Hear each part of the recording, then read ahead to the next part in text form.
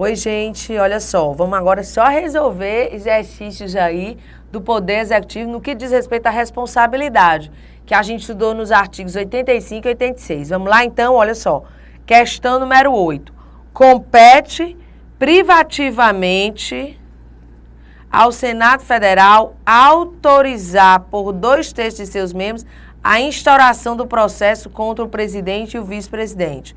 Está errado por quê? Porque é a Câmara dos Deputados, não é o Senado. O Senado vai julgar o presidente por crime de responsabilidade. A Câmara autoriza tanto para crime de responsabilidade como para crime comum, onde ele é julgado no Supremo Tribunal Federal. É só ler o artigo 86, o caput, que está tudo resolvido para saber que isso aqui está errado.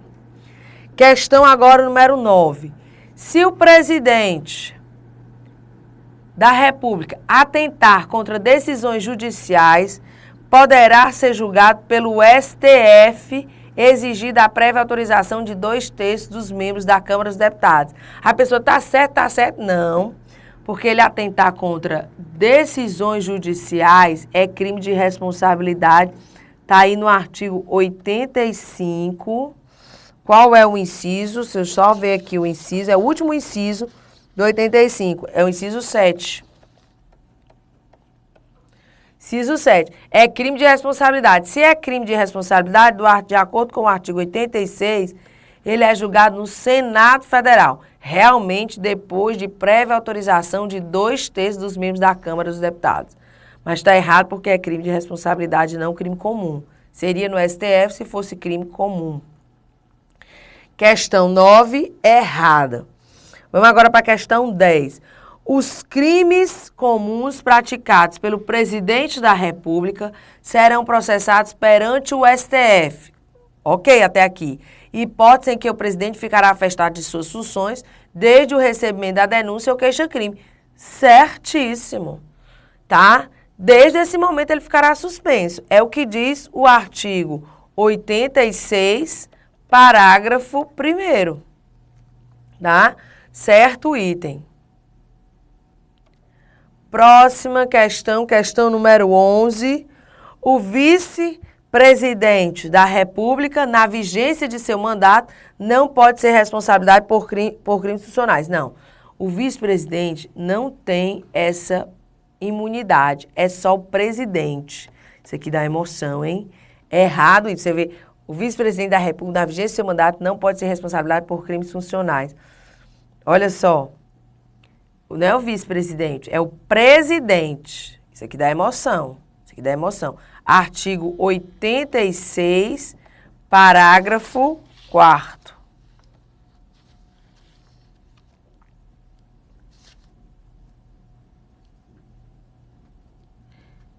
E outra coisa, ainda tem mais.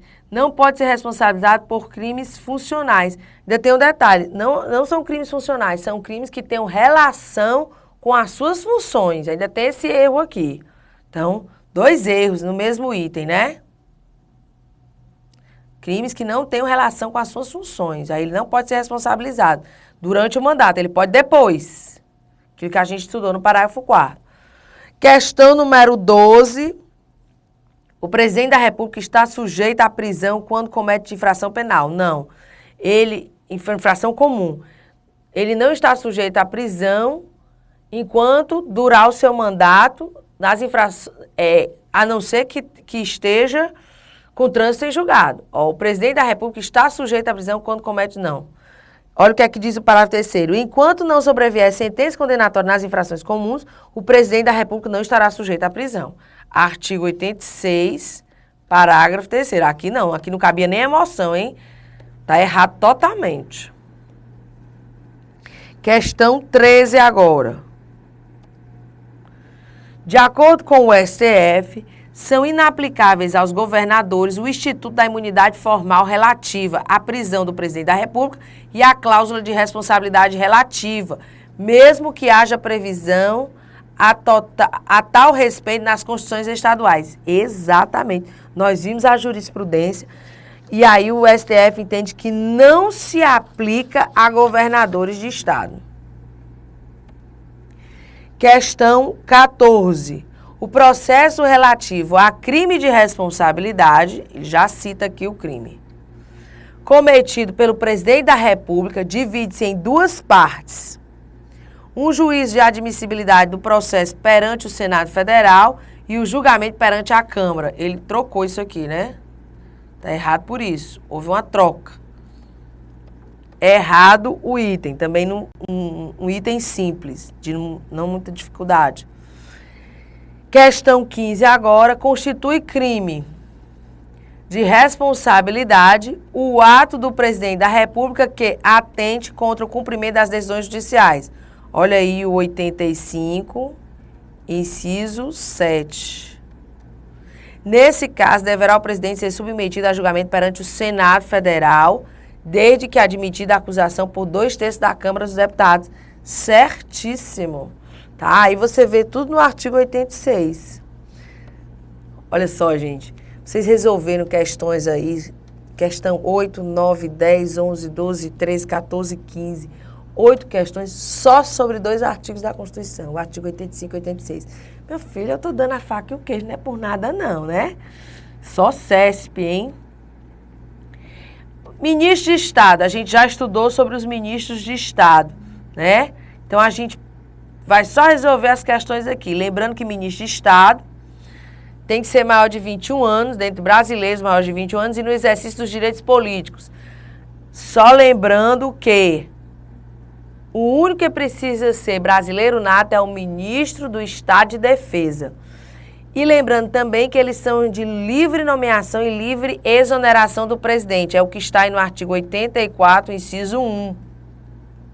Coloquei aqui as atribuições do ministro de Estado, que a gente já estudou, inclusive o inciso 1. E pronto, não tem mais nada para saber de ministro de Estado. Somente os exercícios. Olha só. Aos ministros de Estado compete referendar os atos e decretos assinados pelo presidente da República, bem como expedir instruções para a execução das leis, decretos e regulamentos. Certíssimo. Está aí no artigo 87, parágrafo único. Tá? Certo item. Vem para a questão 17. Compete ao ministro de Estado exercer a orientação, a coordenação e a supervisão dos órgãos e das entidades da administração federal e estadual concernentes à área de sua competência. Não, estadual não. Só federal, o item está errado. Também artigo 87, parágrafo único. E assim terminamos a parte do Poder Executivo. Aí, se eu acertar aqui, viu, Alberto, fica tudo certo. Fecho aqui. Olha aí, já tá aqui. Oh, meu Deus, esse Roberto é fantástico. Então, ó, a gente deixou agora o Poder Executivo, a gente entra na parte do Poder Judiciário. E começa aqui no artigo 92. São órgãos do Poder Judiciário. Olha que coisa linda. Quais são os órgãos do Poder Judiciário, meu povo? O STF, o Conselho Nacional de Justiça, que foi incluído pela Emenda Constitucional 45, de 8 de dezembro de 2004, o Superior Tribunal de Justiça, os Tribunais Regionais Federais e Juízes Federais, os Tribunais e Juízes do Trabalho, os Tribunais e Juízes Eleitorais, os Tribunais e Juízes Militares, os Tribunais e Juízes dos Estados e do DF Territórios. Aí a gente tem a competência, a Justiça Comum e as Justiças Especializadas. A gente tem o STF, a gente tem os Tribunais Superiores, a gente tem os Tribunais Inferiores e os Juízes Monocráticos.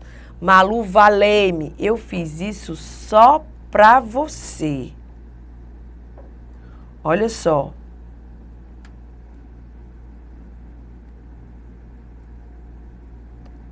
Olha só, vou fazer esse esquema aqui pra você. Gente, eu digo mais, com esse esquema, você deve estudar direto com ele, sem perder de vista. Olha só, STF, aqui, é o órgão máximo do Poder Judiciário. Aí vem o STJ, vem o TST, aí vem TSE, são os tribunais superiores, e o Superior Tribunal Militar. São tribunais superiores. Eu vou colocar o CNJ bem aqui. Malu, o CNJ é um órgão jurisdicional? Não, a gente vai já ver isso. Aqui, ó, eu tenho os TRFs e aqui eu tenho os TJs, os Tribunais de Justiça dos Estados. Aqui eu tenho os TRTs, aqui eu tenho os TRS e aqui eu tenho o Tribunal Militar, que só existe em tempo de guerra, então ele não existe. Aqui os juízes federais, aqui os juízes estaduais, aqui os juízes do trabalho, aqui os juízes e juntas eleitorais. Só olhar lá no artigo 118, tá? E aqui juízes militares. Eu sempre gosto de marcar uma linha aqui. Essa linha é imaginária, logicamente. Por quê, Malu? Aqui eu chamo de os superpoderosos. Malu, só porque tem S em quase todos? Não, é porque eles são mesmo. São superpoderosos. São órgãos que a gente chama de órgãos de convergência. Por quê? Porque as decisões chegam lá e, em regra, ficam lá. Exemplo disso, pega o seu artigo 121 aí, olha que coisa maravilhosa. Pega aí o seu artigo 121, sua Constituição. Quero dizer que a minha Constituição é nova, viu? Faz tempo que eu mostro aqui para vocês nada, nem prestaram atenção, que eu comprei uma nova Constituição. De tanta a Lidiane falar, mulher, pelo amor de Deus, não anda com uma Constituição dessa não, faz vergonha. Olha só, artigo 121.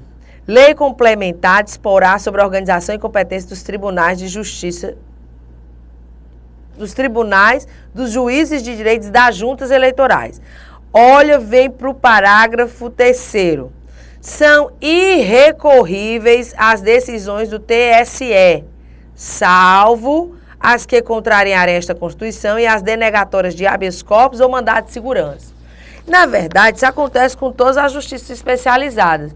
Tanto a justiça militar, que fica aqui, é especializada, tanto a justiça eleitoral, que fica aqui, a justiça trabalhista, que é especializada também, são órgãos de convergência. As decisões param aqui. Agora, excepcionalmente, cabe recurso para o Supremo Tribunal Federal, só nos casos previstos na Constituição. Malu, essa grade aqui é justiça comum, que se divide em justiça federal e justiça estadual, mas é justiça comum, tá? Só para ficar bem claro, vou até apagar para a gente não confundir. Só para saber que essa aqui é militar, essa daqui é eleitoral, essa é trabalhista e essa é comum. O órgão máximo da justiça comum, qual é? O STJ. E o órgão máximo do Poder Judiciário, Supremo Tribunal Federal. Que também o STF e o STJ são chamados de órgãos de superposição. A doutrina os qualifica como órgãos de superposição, tá? Para deixar bem claro. Tá, entendi. E esse aqui? Por que você traça esse traço aí imaginário e esse pessoal daqui? É o resto. Mas é só porque em quase todos tem o R. De ralé, de resto, né? Mas brincadeira. Logicamente, quem é que não quer pertencer aos tribunais inferiores, que são esses aqui? Quem é que não quer ser juiz monocrático, né? Tá aqui, os magistrados de primeiro grau. Malu, isso aqui então é primeiro grau e aqui é segundo grau? Exatamente. E aqui não tem grau? Não, não tem grau não. STF, Supremo Tribunal Federal e tribunais superiores. As instâncias são aqui, primeira instância e segunda instância, tá? Primeiro grau e segundo grau.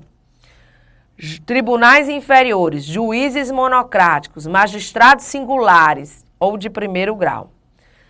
Pronto, entendemos tudo. É por isso que a gente entende, ó, para você ver como eles são superpoderosos mesmo. O Supremo Tribunal Federal, o Conselho Nacional de Justiça e os tribunais superiores têm sede na capital federal. Moram em Brasília. Tem sede lá. Se instalam lá. E mais, olha o que é que ele diz aqui no parágrafo 2º. O Supremo Tribunal Federal e os tribunais superiores têm jurisdição em todo o território nacional. Já os tribunais inferiores é na região. E os juízes de primeiro grau são na comarca, são naquele estado, naquele município. Certo? Então é diferente, bem diferente.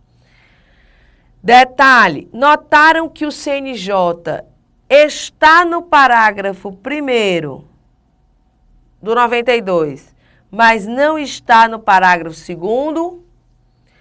Não, Malu, eu nem tinha notado. E por quê? Porque aqui eu estou falando de jurisdição. Estou falando de jurisdição. E aqui já é importante a gente estudar o CNJ. Por isso é que eu vou logo para lá.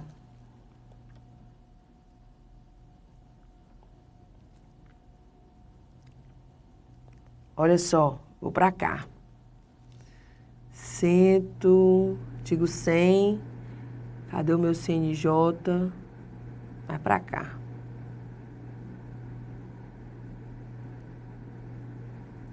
Tá aqui. Aqui o CNJ. O CNJ fica aí no artigo 103B. Como ele foi incluído pela emenda 45, ficou aqui com essa nova numeração. Olha só. O Conselho Nacional de Justiça, vamos ver a composição, compõe-se de 15 membros com mandato de 2 anos, admitida uma recondução. Sendo, isso aqui, esse dispositivo foi incluído pela emenda 45, mas foi alterado pela emenda 61, porque antes tinha idade. A emenda 61 tirou, hoje não tem mais. O Conselho Nacional de Justiça compôs de 15 membros com mandato de 2 anos, admitida uma recondução. Inclusive, eu recebi um e-mail de um aluno do EVP, que eu achei fantástico. Então, assim, professora, como estudar o CNJ? Aí botou assim, CNJ, cornos não julgam. Eu disse, Jesus, aí eu mandei de volta, né, o e-mail, disse, meu filho, tá lindo sua maneira de memorizar. Vai, vamos botar conselheiros não julgam, né, para chamar os outros de corno. Isso é muito horrível. Aí ele mandou de volta, não, professor, tem que ser cornos não julgam mesmo. Por quê? Porque se a senhora pegar cornos não julgam e contar cada letra, dá 15, e são 15 membros. Olha aí, o menino horrível, né? Não pode mudar um bizu desse, não pode. Então, enfim, conselheiros não julgam, né? Segundo o bizu do meu aluno, cornos não julgam, porque eu não posso dizer um negócio desse com meus amigos. Cornos não julgam, se contar dá 15 membros, já decorou. Tá, tudo certo. Agora, ó, quem são esses membros e quem os indica? Meu Deus, olha só. Presidente do STF, que ninguém indica, porque ele é o presidente do CNJ. Ele é o presidente do CNJ. Inclusive, se você olhar para o parágrafo 1º, olha só o que aqui diz, que também foi alterado pela emenda 61. O conselho será presidido pelo presidente do STF, que nas suas ausências e impedimentos será presidido pelo vice-presidente do STF. Vice-presidente do STF. Então, ó, aqui é cativo. Malu, e o vice-presidente do STF pertence ao conselho? Não, mas ele vai substituir o presidente nas suas ausências e impedimentos. Até porque o CNJ não tem vice, tem corregedor, certo?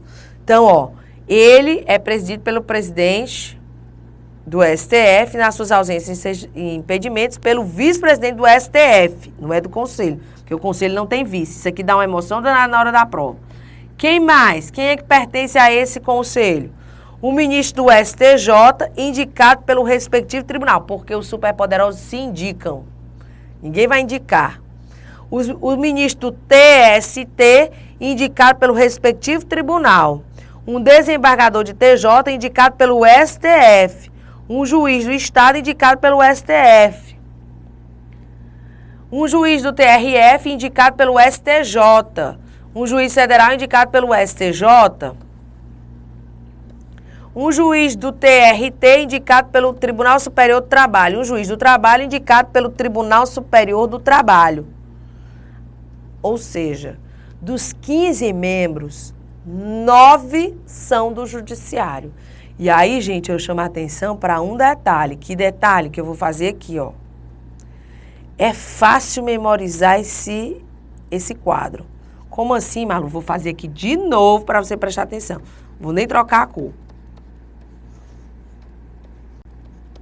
Eu só pego um lado. Só um lado.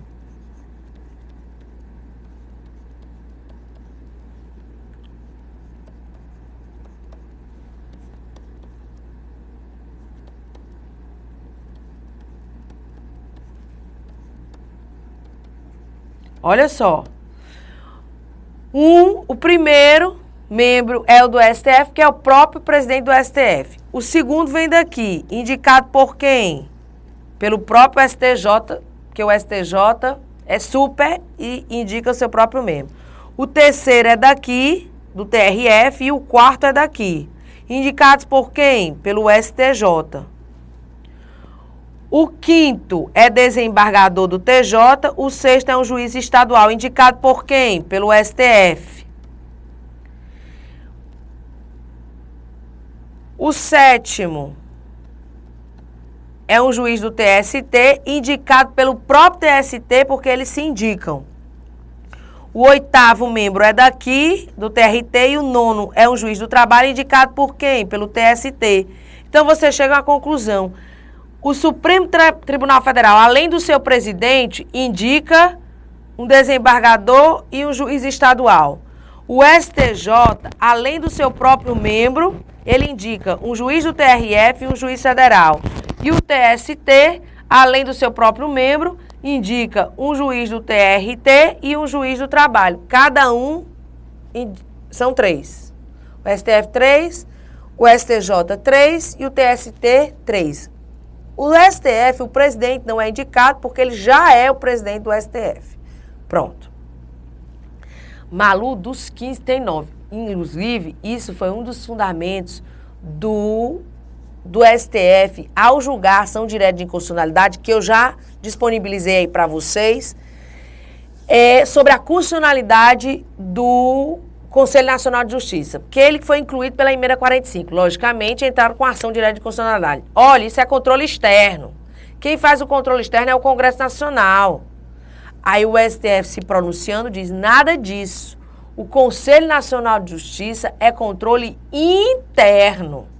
Ele é órgão do Poder Judiciário. Agora, ele não tem a função jurisdicional.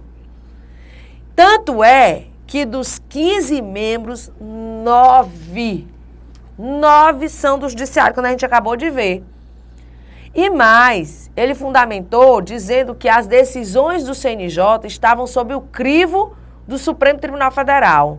Ou seja, o CNJ pode fiscalizar todo mundo, menos o STF. Olha aí, por isso que ele disse isso, né?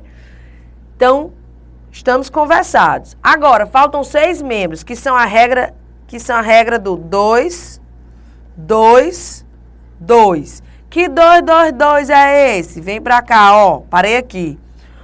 Um membro do Ministério Público da União, indicado pelo Procurador-Geral da República, e um membro do Ministério Público Estadual, escolhido pelo Procurador-Geral da República, dentre os nomes indicados pelos órgãos competentes de cada instituição estadual. Então, um do MPU e um do MPE, indicados pelo próprio PGR. 2 advogados indicados pelo Conselho Federal da OAB. E aqui a nossa possibilidade, 2 cidadãos de notável saber jurídico e reputação ilibada, indicados um pela Câmara dos Deputados e outro pelo Senado Federal. Além disso, ó, parágrafo 2º, os demais membros do Conselho, excluindo o presidente do Conselho, que é o presidente do STF, ó, os demais membros, não são todos. Cuidado com essa pegadinha aqui, viu? Os demais membros do Conselho serão nomeados pelo presidente da República depois de aprovada a escolha pela maioria absoluta do Senado Federal. excluindo, o presidente não passa por isso, o presidente do STF, que é o presidente do Conselho Nacional de Justiça, só os demais membros. Tá. Malu, e como é que fica então aquele seu quadrozinho que eu amei? Assim, ó, 2 MP, um é MPU e outro é MPE. Indicados por quem? Pelo PGR. E aqui, 2 advogados, indicados pelo Conselho Federal da OAB. E 2, nossa possibilidade, cidadãos. Tá? Um indicado pela Câmara dos Deputados e o outro pelo Senado Federal. E assim estão os seus membros. Olha que maravilha, né? Tudo memorizado, só olhar para cá.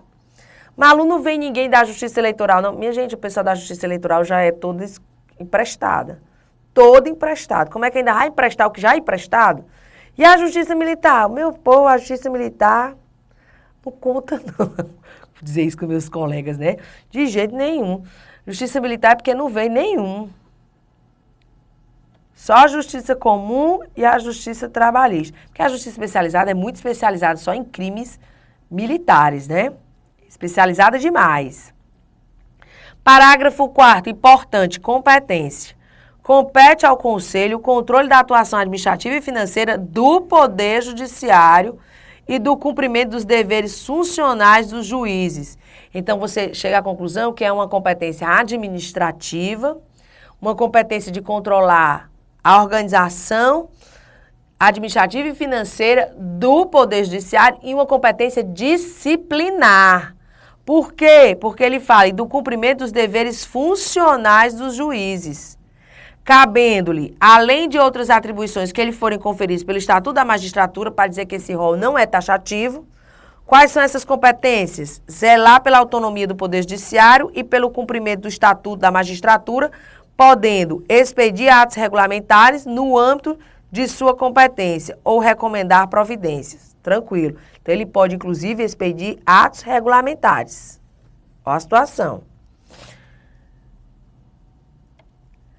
Zelar pela observância do artigo 37 e apreciar de ofício ou mediante provocação, olha só, a legalidade de atos administrativos praticados por membros ou órgãos do Poder Judiciário, podendo desconstituí-los, olha só aqui, revê-los ou fixar para que se adotem as providências necessárias ao exato cumprimento da lei, sem prejuízo da competência do Tribunal de Contas da União. Isso aqui é importante.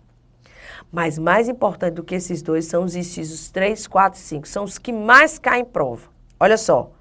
Receber e conhecer das reclamações contra membros ou órgãos do Poder Judiciário, inclusive contra seus serviços auxiliares, serventias e órgãos prestadores de serviços notariais e de registro que atuem por delegação do poder público ou oficializados, que são os cartórios, sem prejuízo da competência disciplinar e correcional dos tribunais. Por quê, Malu? Porque cada tribunal tem a sua corregedoria, formado por eles mesmos, ou seja, não adianta nada.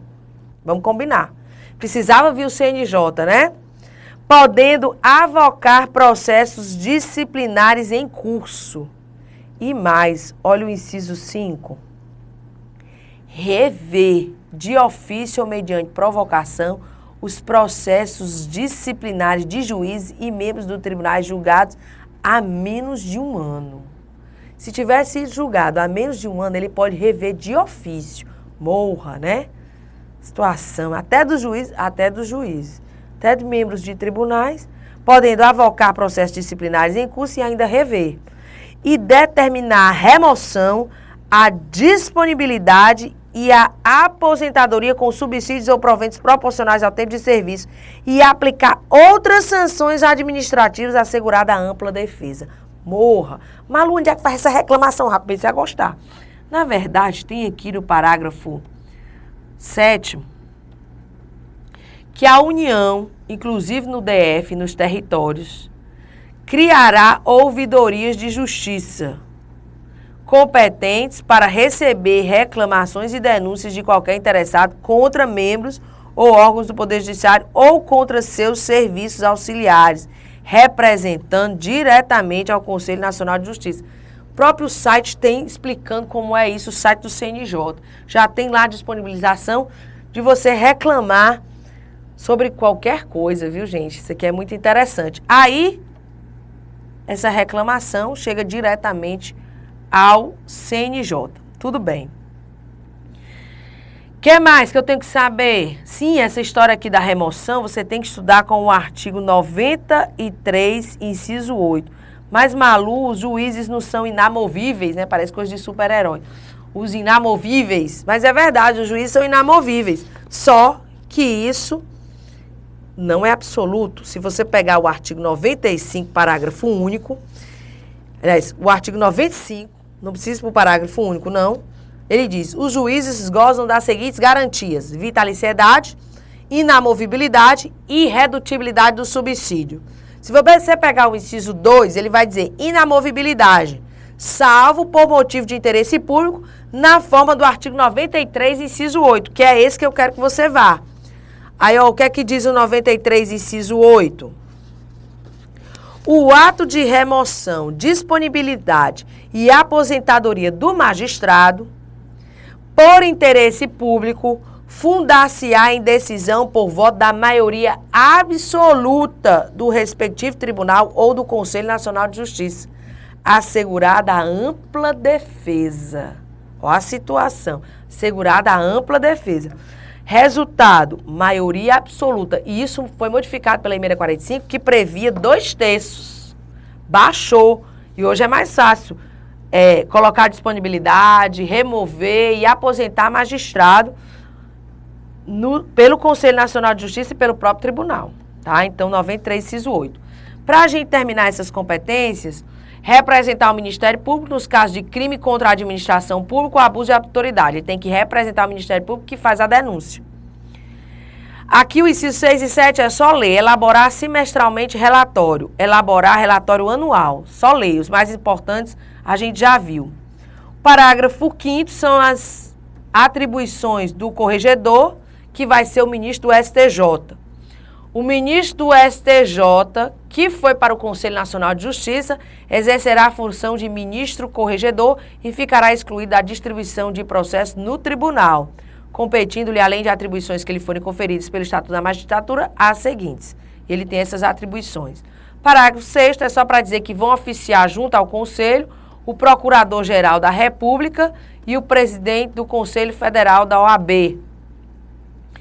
Malu, eles são membros? Não, eles só vão oficiar, vão atuar, tá? Quando convocados, quando pedida aí a sua manifestação. Coloquei aqui algumas jurisprudências também, especialmente para dizer que o Conselho Nacional de Justiça é órgão interno de controle administrativo, financeiro e disciplinar da magistratura. E a constitucionalidade foi reconhecida por esta corte. Aí ele diz, ó, história, significado e alcance concreto do princípio, ofensa à cláusula constitucional imutável, inexistência, subsistência do núcleo político do princípio, mediante a preservação da função jurisdicional típica do judiciário e das condições materiais do seu exercício imparcial e independente. Então, o STF considerou que é constitucional. Aí ele diz aqui, ó, que ele não pode advogar. Olha que coisa interessante. Órgãos de natureza exclusivamente administrativa. Atribuições de controle da atividade administrativa, financeira e disciplinar da magistratura. Competência relativa apenas aos órgãos e juízes situados. Hierarquicamente abaixo do STF, para dizer que o STF não está submetido ao controle do Conselho Nacional de Justiça. Tirou só o seu, né? Aquela historinha assim. O Conselho Nacional de Justiça não tem nenhuma competência sobre o STF e seus ministros, sendo este o órgão máximo do Poder Judiciário Nacional a que aquele está sujeito. Controle Nacional de Justiça, membro, advogados e cidadãos, exercício do mandato, atividades incompatíveis com tal exercício, proibição não constante das normas da emenda constitucional número 45, pendência de projeto tendente a torná-la expressa, mediante acréscimo do artigo 8º ao artigo 103b, irrelevância. Ofensa ao princípio da isonomia, não ocorrência, impedimentos já previstos na conjugação dos artigos 95, parágrafo único, e 127, parágrafo 5º, inciso 2 da Constituição Federal, dizendo que eles não podem advogar. Então, a gente já colocou aí toda essa jurisprudência. Tem outras aqui decisões do Supremo Tribunal Federal que são importantes, tá? É importante que você leia. E não tem mais nada que a gente tenha que saber do Conselho Nacional de Justiça. Eu já estourei meu prazo, não foi isso? A gente volta para fazer exercício sobre o Conselho Nacional de Justiça. Até mais.